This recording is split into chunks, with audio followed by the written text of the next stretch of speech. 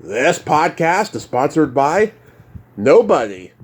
Hey dudes, welcome to Splat from the Past, the only 80s themed horror and sci-fi show where things can get totally radical.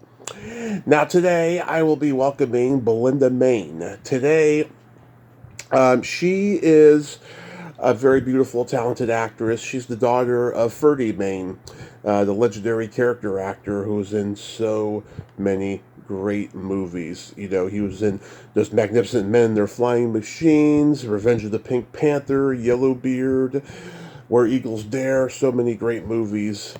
And Belinda, God, she was in Krull, one of my favorite sword and sorcery movies ever made. You know, she plays Vela, and she's only on screen for like 30 seconds, but it's a powerful 30 seconds. She was also in Lassiter with Tom Selleck, Don't Open Till Christmas. I love that movie. One of the greatest underrated holiday slasher classics.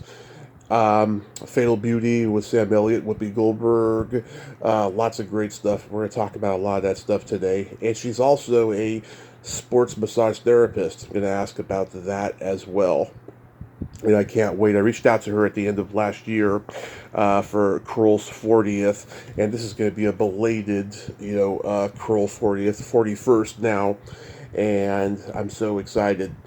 Tonight I'll be dropping yet another Ask Tommy, where I'll be answering frequently asked questions from listeners and guests. Also, my friend Mallory Cooper, who has been on the show twice, had me on her podcast, Goddess Ocean. We recorded it last Thursday night, and she dropped it right after we did it, and I've been forgetting to promote it. Man, we were so tired and lethargic, but we had an hour and a half conversation about our sex lives, and it was so dirty. So if you want to hear stories about my sex life that you haven't heard me say before, or some of my greatest hits, go check out Goddess Ocean on Spotify or other podcasting platforms. So yeah, here is my interview with Belinda Mayne.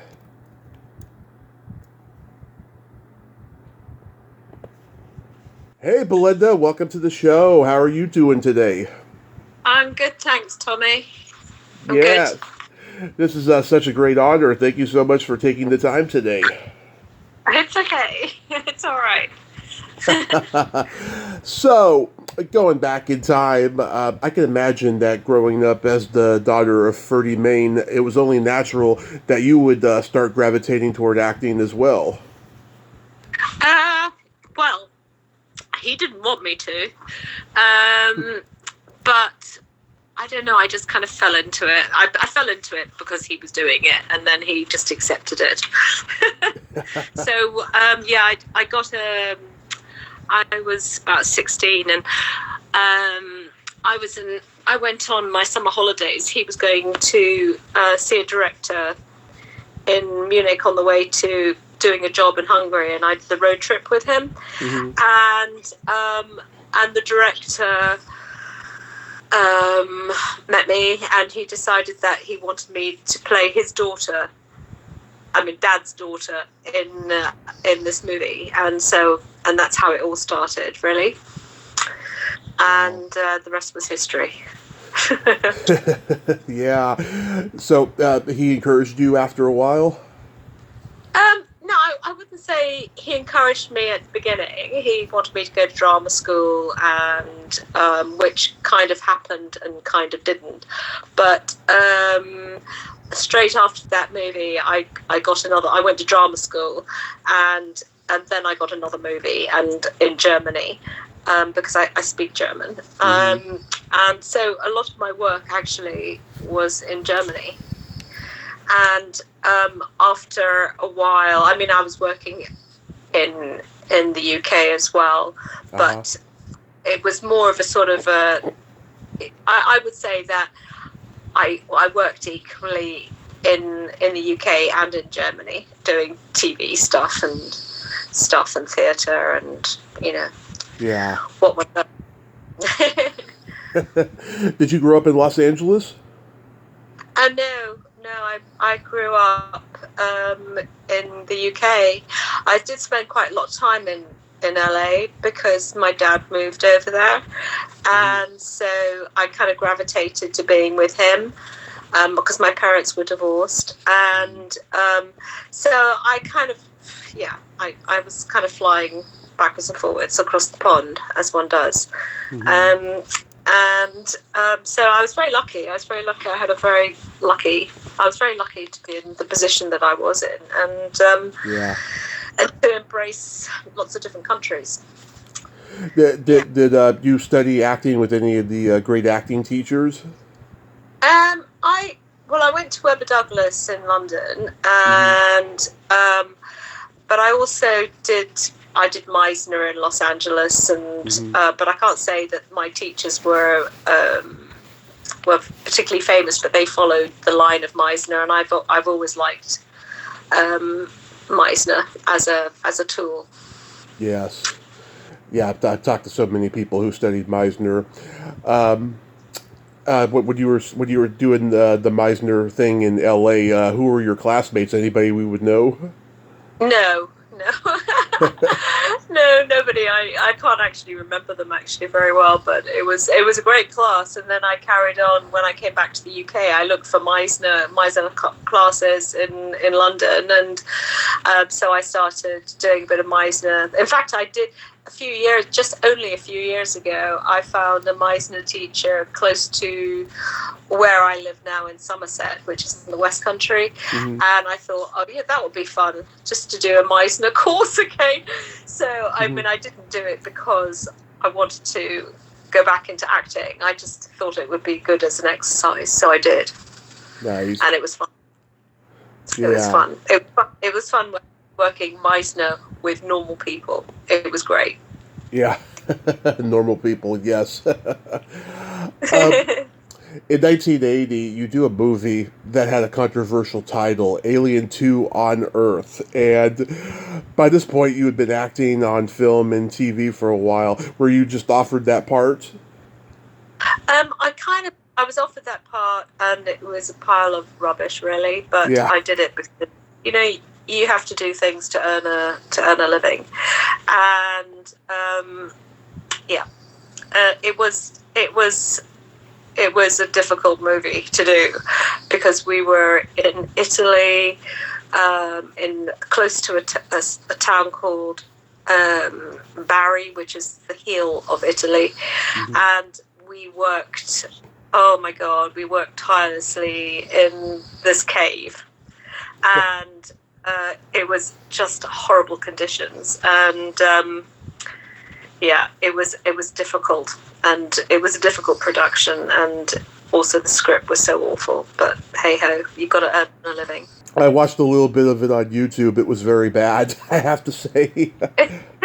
It's just absolutely appalling. I certainly wouldn't put it on my showreel if I had a showreel. I was reading that 20th Century Fox sued the producers over the name. Oh, did they? Oh, that must have been fun. Did they? I hope they won. I don't know. It just said on the internet that they sued them over it. I'm sure that they did, because it's 20th Century Fox. I'm sure that they did. I mean, Ciro Polito, who was the director, terrible director, but he actually became quite a producer in Italy.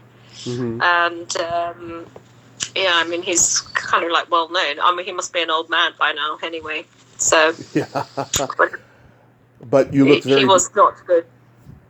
Yeah, but you. Sorry. You looked very beautiful in it, and I'm sure it was a physically demanding role. Yeah, it was. Basically, for all of us, because living, being underground in these rubber suits. I mean, honestly, it was horrible. It was not nice. And the freezing cold outside, and then you're damp, and oh dear. No, it was interesting. You played a secretary in the Robert Mitchum movie Night Kill. How was that? Something I have very I don't really remember doing it. I mean, I think we. Something I don't actually remember doing it. Okay. It was a very quick thing I did. I think I only had a few days on it, but I don't remember very much about that. No, sorry. Yeah, it's okay. You're Mike Connor's secretary in that. Okay. You guest starred on Heart to Heart. That was such a great show. Was that fun to do? Yeah, I mean, that was my first job in LA, and it was quite scary. Stephanie Beacham is quite scary, and but yeah, it was a very professional. I couldn't believe that the way television works in Los Angeles, it's very fast. Yeah. It's very fast moving, and because they just churn out all these episodes. But yeah, I'd really love to see that. I'm sure. I don't think I've got it on. I don't think I have it. I don't have it actually, so I think it would scare me today. I watched it on YouTube. I mean, you have. Oh, did you? Yeah, I mean, you have big '80s hair in it, but it's great. I mean, that was a great show. And Robert Wagner and Stephanie Powers must have been great to work with. Yeah, they were both very, very, very professional. When you're doing a show like that, it's really quite fast moving, and you don't get personal with them. Mm-hmm. You don't get particularly personal with them, but he was really lovely. Stephanie, I was a bit scared of. And Tom Mankiewicz, of course, directed it. He comes from the famous filmmaking Mankiewicz family. He was wonderful. I remember him really very well. He was such a lovely director. Yeah, very nice. Yeah. Nice to work with. Yeah. The anthology series, Tales of the Unexpected. Do you remember that experience? Yes, I do, and he was just absolutely lovely to work with. Had a fabulous director. Mm-hmm. Rita Gam wasn't so lovely to me. I think there's that thing of younger actresses, and she was so insecure in herself, and but the thing is, they protected me. Mm-hmm. And that was what was so lovely, because they could see all the sort of strings that she was pulling, and both the director and him were just lovely to me. Telly was just lovely. Yeah. He was such a lovely guy to work with, and I felt very blessed being able to do that. Oh, that's good. Yeah, they're like two rich grifters, and it was like a horror soap opera. Yeah, no, exactly. Yeah. So how do you get cast in Krull? I auditioned for it.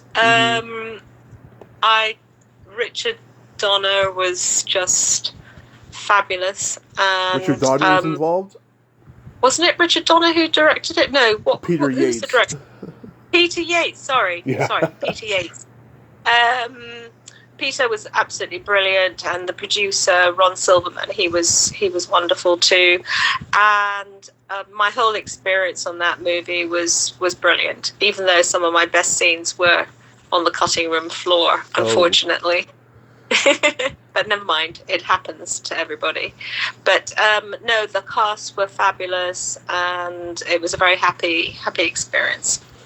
Yeah, that movie was a staple of my childhood in my house. Yeah, we had it on a Kodak tape.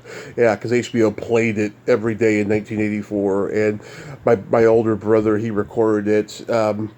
I just have always loved this movie. It must have been beautiful to see those sets in person, because it was so well produced. Oh, it was incredible. The sets at Pinewood. I just felt, oh my God, it was so exciting for me to be in that movie. And the sets were incredible. I mean, they were so realistic. And the forest scenes and the horses, and oh my God, it was really exciting being on that movie. I enjoyed it. Yeah, it's Pinewood Studios. Yeah. It's a really great. Have you ever been there? No, but I of course know about it because Superman, Who Framed Roger Rabbit, so many great movies were filmed there. Yeah. True. Yeah. Yeah, Ken Marshall. God, I thought he was going to be a huge star after this movie. He was good to work with. He was really lovely. Yeah, he was great. I went and did signings actually not so long ago, and I think they're trying to get something together in London for whatever anniversary Krull is right now. I mean, what? How many years ago was that made? I can't remember. This year it's 41. 41 years ago. I mean, honestly, that's so embarrassing. This movie came out a month after I was born.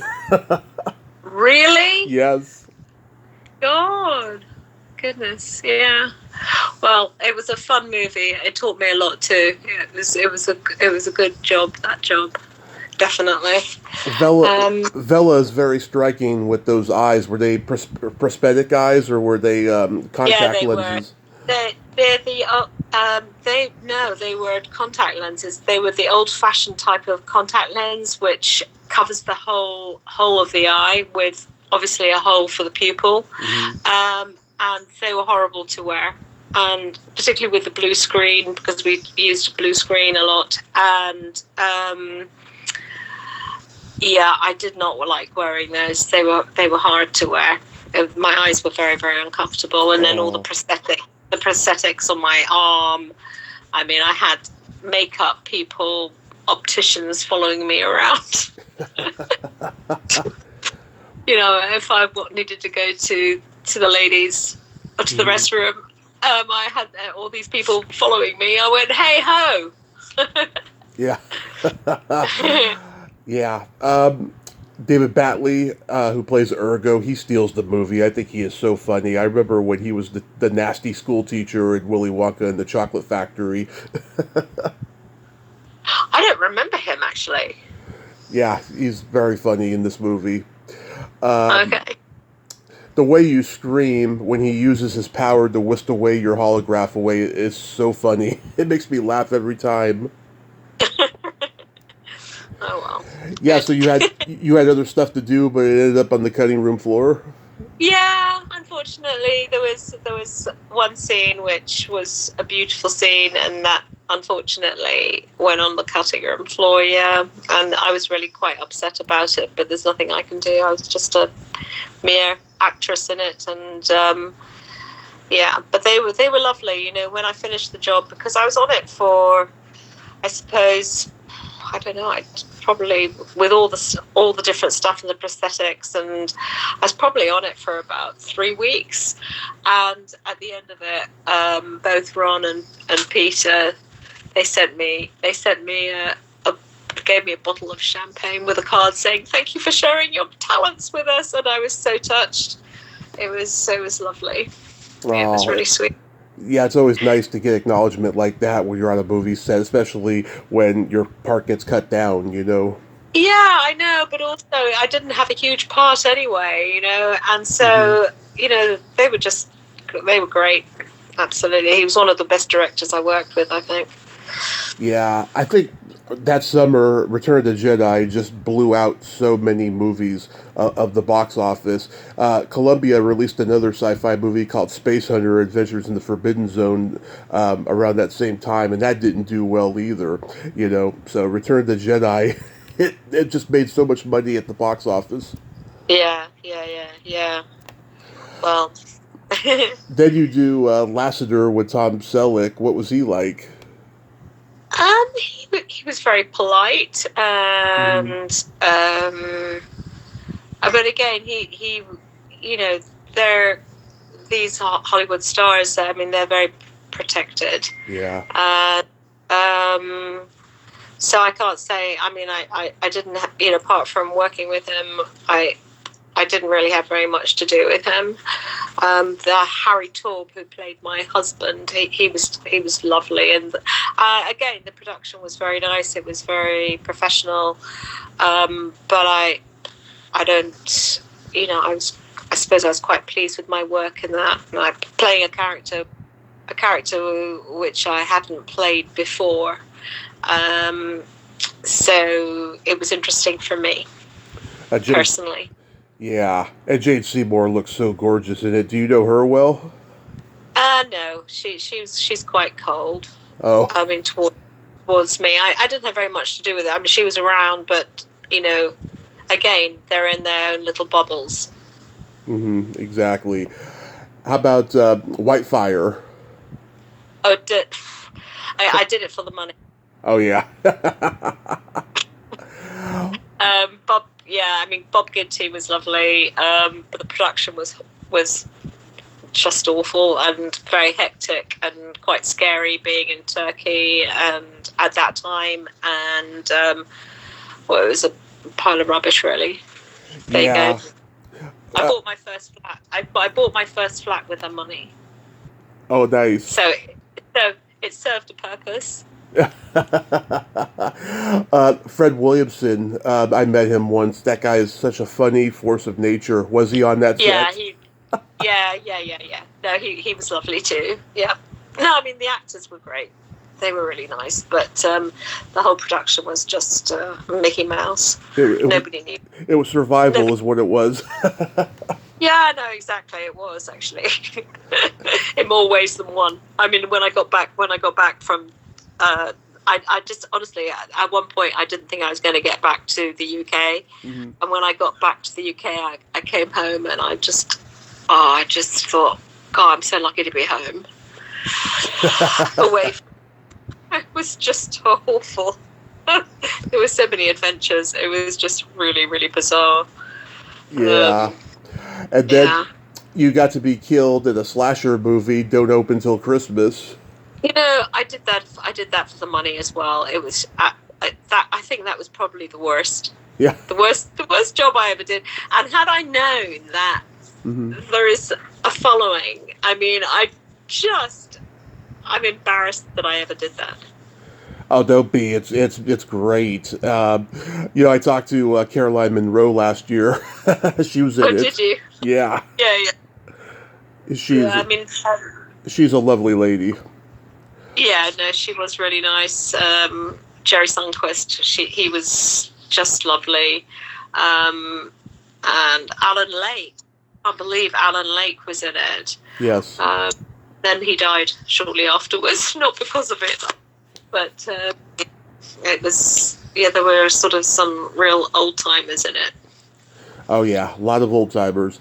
And you get choked with a wreath, and then you get gutted. I don't think that was me.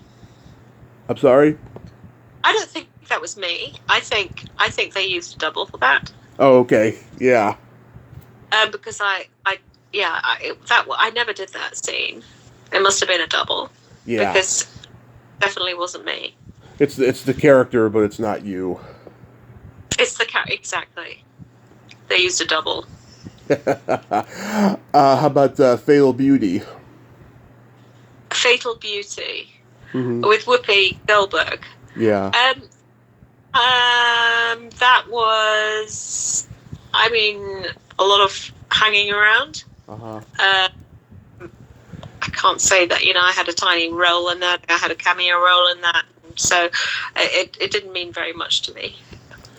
Well, Tom Holland, the director, I met him once. What a sweet man he is. He is such a nice guy. Very, very nice guy. Whoopi Goldberg, she was, again, in her bubble. Yeah, and Sam Elliott, he was in it as well. Yeah, no, he's such a nice actor. He's a lovely actor. You did a couple episodes of Doctor Who in the late 80s. Were you a Doctor Who fan? No, I wasn't actually. I did a whole storyline of Doctor Who. That's kind of like followed me.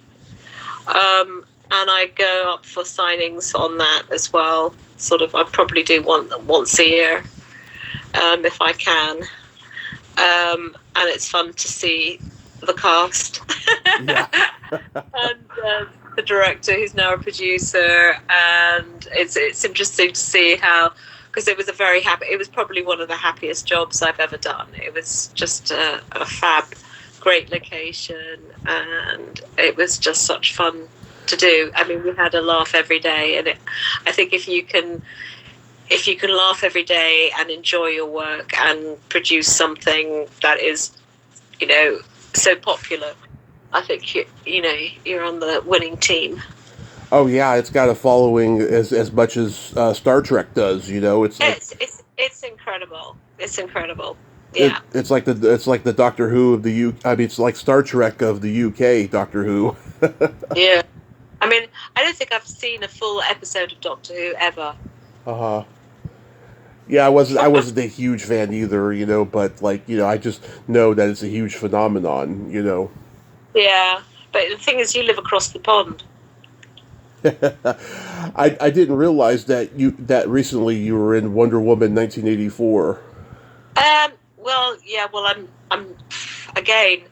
I was sort of thinking, do I still want to do it? Yeah. And that came up, and I thought, well, I know I haven't worked for a really long time as an actress, and I just thought, well, I'll just see how I feel. And to be fair, I decided that I don't want to be an actress anymore, so I made the right decision, because there's always that kind of thing where you're going, well, what if, and yeah, no, I've kind of put it to bed now, and I'm really happy that I've put it to bed. Well, I saw the movie during the pandemic, and I'm very critical of CGI and digital, but I thought it was an enjoyable adaptation. Oh, really? I haven't seen it. I wouldn't see it, because again, I think some of the stuff that I did was on the cutting room floor, and that was a shame, because I just thought, well, I didn't really. Yeah, it was just an experience, Tommy. Yeah. An experience, and I was happy to get home and sort of get back to my proper work. Yeah, so what made you get into sports massage therapy? Well, I needed to. My mum was sick, and I thought, well, I'm going to need to be around more. Mm-hmm. Also, when my dad died, I kind of started thinking, I don't think I worked a lot with my dad on lots of different things that I did, particularly the German stuff. Yeah. And I mean, he used to work with me a lot when he was working, so we kind of, did our lines together and discussed characters, and so when he died, that was a sort of a major thing for me, and I just thought, well, who am I going to share it with? And then I just thought, well, I don't think I really like it anymore. Mm-hmm. And so that started me thinking, and then I thought, well, maybe I'll become a physiotherapist. And then I thought, well, no, I'm going to have to then go back to, it'll take too long. So I decided to become a sports therapist. So, and that's what I do. And so I took 3 years and studied, and I have my own business. I run a clinic in this little city that I live close to, and it runs really well, and I have really lovely patients, so I'm very happy. I love helping people. It gives me a lot of pleasure. Yeah, that is wonderful. My best friend is a massage therapist, and he loves it. Yeah. So yeah, that's wonderful. That at least you're doing what you love. But do you? I mean, do people ask you to do something for acting once in a while? No. Well, sometimes I might get. My friend is my agent, and I haven't spoken to her for a while. The first thing I did was I didn't. We have an acting magazine which is called Spotlight. I don't know whether you've heard of that. And I occasionally, she'll call me, and I think, oh God, I don't want to go up to London. I think really, because I live quite far away from London, and I just can't be bothered, and I'm too busy. So I haven't spoken to her for a while. Sorry. It's okay. Okay, here we go. So no, not really. Not anymore. I used to last year and the year before. You kind of get asked to go up for auditions and things like that, but I really don't want to anymore. Yeah. So I'm happy where I am. I use my acting skills in my job anyway. Yeah. Which is good. Yeah, I guess you have to. Yeah, you do. You do. It's you just use your skills, and so it's good. I'm curious, what are your favorite movies of your dad's? Well, I love Dance of the Vampires. Uh-huh. The Polanski picture. It's just brilliant. And my dad did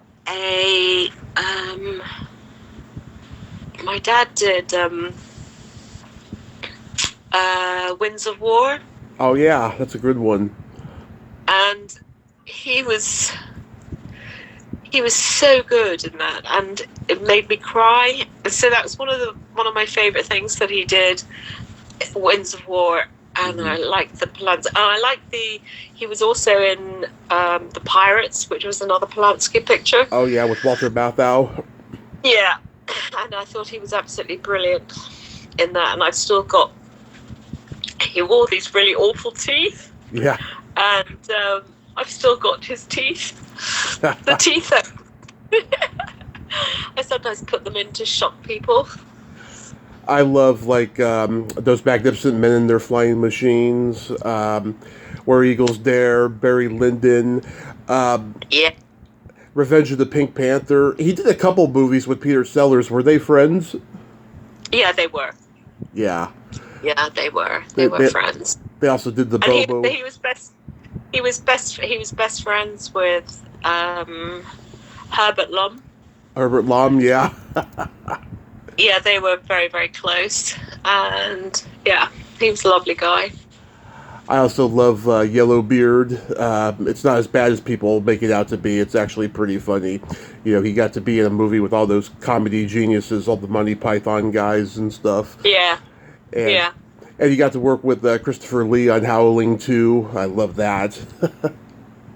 Oh, I worked with Christopher Lee doing. It was a movie called Goliath. It was a TV movie. Goliath Awaits. Yeah, Goliath Awaits. Yeah, was that a good one to do? Yeah, it was actually. It was good. I enjoyed working on the Queen Mary. Mm-hmm. Down in the, what do they call it? The bowels of the ship. Yeah. Yeah, no, it was good, and I liked the director. I can't remember who directed it. Oh yes, who did? I can't remember. I can't remember the name of the director. I can look it up here. You mentioned the cons. You like doing the Comic Cons and the signing shows? Well, I started really quite late actually, because I only started doing it a few years ago. And I was just so amazed that people got hold of me and pay me money to go up to London. Yeah. Sometime I did the last one I did actually recently was really good. Because there were some really nice people there, and people that I've worked with on Krull, and Lizette Anthony was there. Mm-hmm. And it was nice to see her. So it's nice to see the old faces occasionally. Yeah. What's the craziest thing anyone's ever asked you to sign?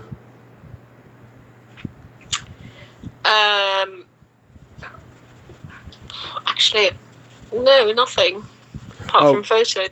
Oh, good. The horror people, they get a lot of body parts coming to them to be signed. Oh, really? Yeah. I mean, there are some pretty weird people out there, Tommy. Yes, there is. I mean, I have to say that, the people who, oh yeah, somebody brought the dress that I wore in Doctor Who. Uh-huh. And her uncle bought it, and she brought it to the Comic-Con. Oh, wow. And she just wanted to have a photograph with it sort of hanging from my shoulders, because I couldn't get into it now. Yeah. Jesus. It's so small. I mean, I'm not fat. I mean, and I'm still, I'm still almost the same size, but that one was just ridiculously small. And she said, this is as old as I am. And I'm thinking, oh my God, it's so fun. It's so funny that all these things have followed me through my life, and I never, ever thought that they would do. In fact, it didn't even cross my mind. It wasn't, the work that I've done is the work that I've done. And, and it's, it's like being in the present and then going into the future. But, it's really bizarre how everybody in the industry feels the way you do. Do they? Yeah. They're like, oh my God, people still like this stuff? Why am I here signing, Yeah, I know. It's funny, isn't it? It's crazy. Anyway. Yeah. Oh, it's Kevin Conner. I know him. He directed Goliath Awaits. Oh, yeah. No, he was a good guy. Very nice man. Yeah. Yeah, really nice man. I was curious, Belinda, is your belly button an innie or an outie? My belly button. Why? I love belly buttons, and I'll tell you, people who have deep innies are very generous and they live longer. My belly button used to be a sticky outie one. Oh yes. But that was to do with, what does that make me? Selfish? I actually I don't know. I don't know the stats of the outies really. Well, I think if you ask that question, you need to look it up.